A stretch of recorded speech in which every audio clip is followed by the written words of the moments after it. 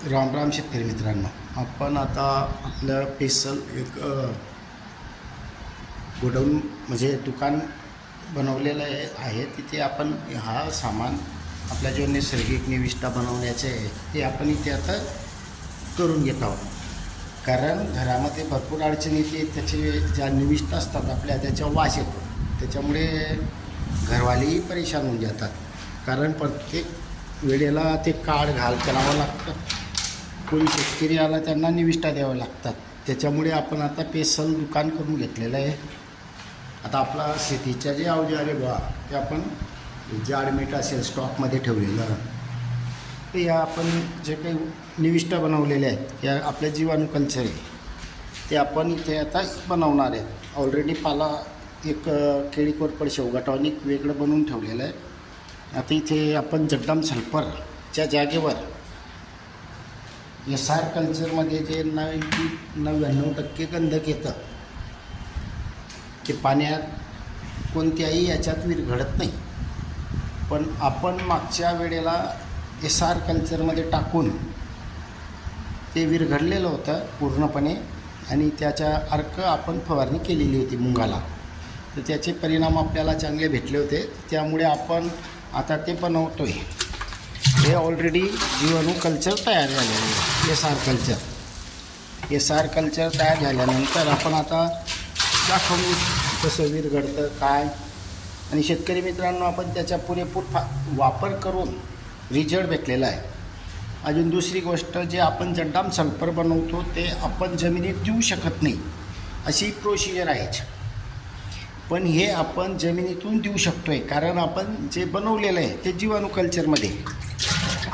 ते अजून पूर्ण माहितगिरी नंतरच्या व्हिडिओ देणार आहेत. आता बनवण्याची पद्धत, ह्या 5 लिटरची बरणी आहे. सुरुवातीला बादली आहे. आपण सुरुवातीला हे एका जॅकेटमध्ये टाकून देऊ 10 लिटर. म्हणजे समजा आपण 4 लिटर भरलं जातं. येते एकटा असल्यामुळे प्रॉब्लेम आहे. हे 8 लिटर झालेलं आहे. याच्यामध्ये बॅकेटमध्ये स्पष्ट लिहिलेलं आहे, त्यामुळे आपण आता 8 लिटर घेतलेलं आहे. आता त्यामध्ये 1 किलो 99% असलेलं गंधक हे टाकणार आहोत. शेतकरी मित्रांनो, जे आपण जगदम सल्फर बनवतो त्याला भरपूर त्रास आहे. त्याचं कॉस्टिक सोड्यामध्ये ज्या वेळेला आपण कॉस्टिक सोडा जाडमीठ हे टाकतो त्यावेळेला हीट जास्त प्रमाणात होते. बॅरल कधी समजा लुचपूच असेल तर ते जाळून टाकतं त्याच्यामुळे, आणि ते निघणारी वाफ ती डेंजर असते. खकाना होतो घरामध्ये किंवा बाहेरही बनवलं तरी प्रॉब्लेम येतो.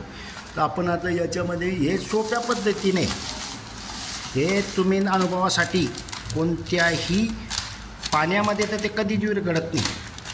आपण मागे कल्चरमध्ये बी बनवण्याचा प्रयत्न केलेला होता, पण आपल्याला पाहिजे तसा रिस्पॉन्स भेटला नाही त्याच्यामुळे आपण ते सोडून दिलं होतं. आता याला फक्त एक बाटली, एक काडी आणि हलवा. हे थोड्या वेळानंतर ऑटोमॅटिक आपण जे थोडं हलवणार आहोत हे थोड्या वेळानंतर ऑटोमॅटिक बसून जातं खाली. हे जो समजा हे असे आहे, हे पूर्ण, कारण हे बारीक असल्यामुळे पूर्ण एकजीव होत नाही आणि पाण्यात हे मुळीच विरघळत नाही.